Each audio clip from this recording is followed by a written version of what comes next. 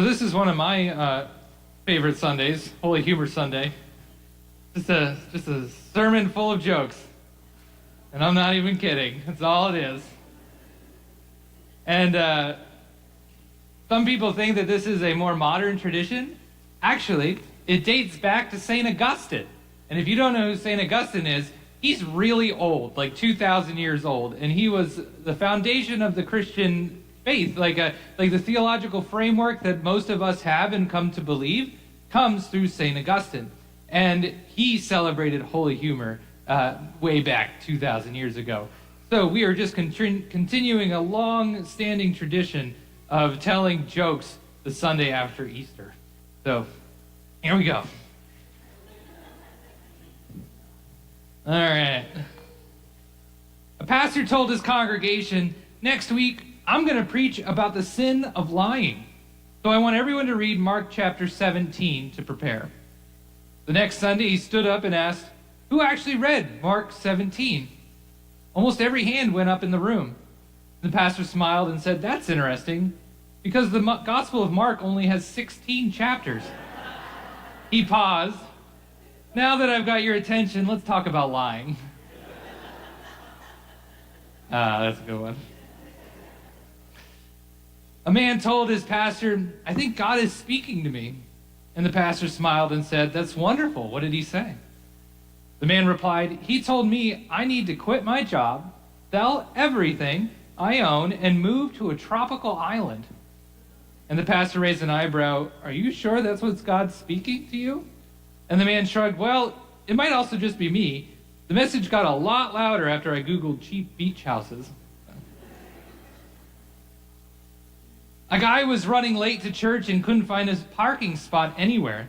In desperation, he prayed, Lord, if you give me a spot right now up front, I promise I'll go to church every single Sunday for the rest of my life. Suddenly, right at the front, someone pulls out and a perfect spot opens up. The guy quickly pulls in and says, never mind, Lord, I found one.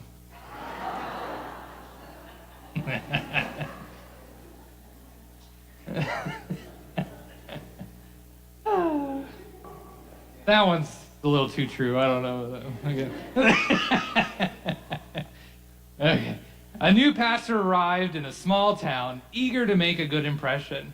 On his very first Sunday, he stood at the door after service, shaking hands as people left. One elderly farmer came through the line, overalls dusty, hands rough from years of work. And the pastor smiled warmly. Sir, I didn't see you in church last week. And the farmer shrugged, I wasn't here. Well, the pastor said gently but firmly, you really should make it a priority to come every Sunday. You never know when the Lord might return. And the farmer nodded slowly. You really believe that? Absolutely, the pastor said. The Bible tells us no one knows the day or the hour, and it could be any moment. And the farmer thought about that for a second. Then he said, so it could be this afternoon? The pastor smiled. Yes, it could. Or tomorrow morning? That's right. And the farmer scratched his chin. Huh. Then he leaned in a little closer and said, well, in that case, Pastor, I don't think I'll be available to help you paint the church next Tuesday. The Lord might come.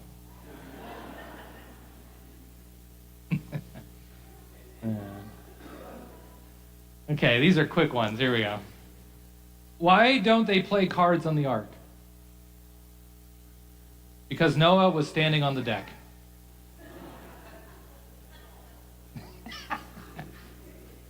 Why did the pastor bring a ladder to church? To reach a higher calling. Why was the church so hot? Because all the fans were sinners.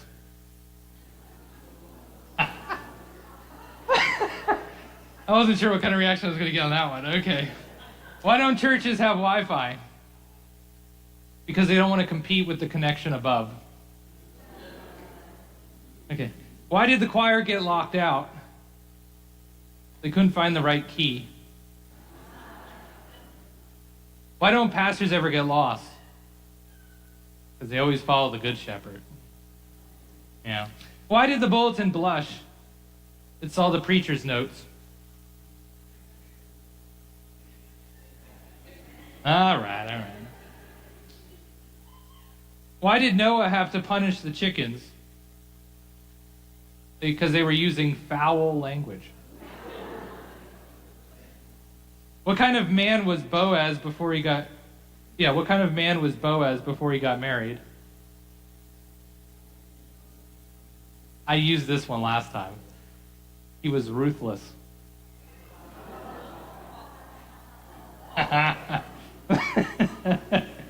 Who was the greatest comedian in the Bible? Samson, because he brought the house down. Are you done yet? Okay. Why didn't Jonah trust the ocean? Because he knew there was something fishy about it. Why didn't Noah go fishing? He only had 2 worms.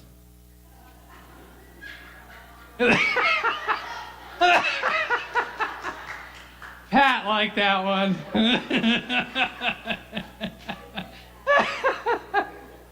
Oh, God.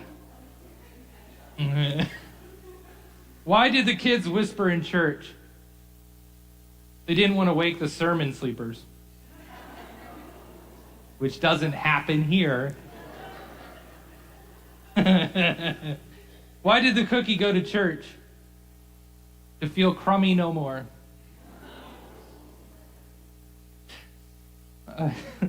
Why did the coffee pray? It needed to be stirred. Stirred with the Spirit. Why did the singer sit on the Bible? To hit the high notes.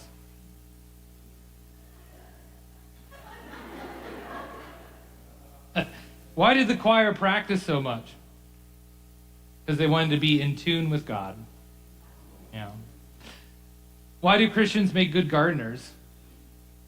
They know how to bear good fruit. I don't know. Why was the sermon like a sandwich? It had a lot to chew on.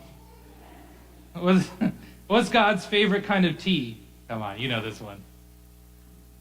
No? Humble tea. What? Humble. Yeah, well, what's God's favorite kind of tea? Yeah. Okay, what's God's favorite kind of pie? Humble pie. There you go. Why was the math book sad in church? There were just too many problems. You don't get it? No? Just think about it a little longer, Bonnie. God never gives us more than we can handle, but sometimes we wish he didn't trust us so much. Why did the pastor go to the gym? To strengthen his core beliefs. Yeah, that's good. I'm done.